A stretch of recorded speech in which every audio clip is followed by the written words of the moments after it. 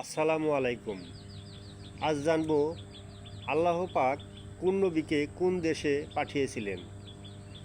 আদম আলাইহিসসালাম শ্রীলঙ্কা, নূহ আলাইহিসসালাম জর্ডান, শুয়াইব আলাইহিসসালাম সিরিয়া, সালেহ আলাইহিসসালাম লেবানন, ইব্রাহিম আলাইহিসসালাম ইরাক, ইসমাইল আলাইহিসসালাম সৌদি আরব, ইয়াকুব আলাইহিসসালাম ফিলিস্তিন, মুসা আলাইহিসসালাম মিশর, ইয়াহিয়া আলাইহিসসালাম ফিলিস্তিন, জাকারিয়া আলাইহিসসালাম ফিলিস্তিন, ইসহাক আলাইহিসসালাম ফিলিস্তিন, ইউসুফ আলাইহিসসালাম ফিলিস্তিন, লূত আলাইহিসসালাম জর্ডান, আইয়ুব আলাইহিসসালাম জর্ডান, হুদ আলাইহিসসালাম ইয়েমেন, হজরত মুহাম্মদ সাল্লাল্লাহু আলাইহি ওয়াসাল্লাম সৌদি আরব।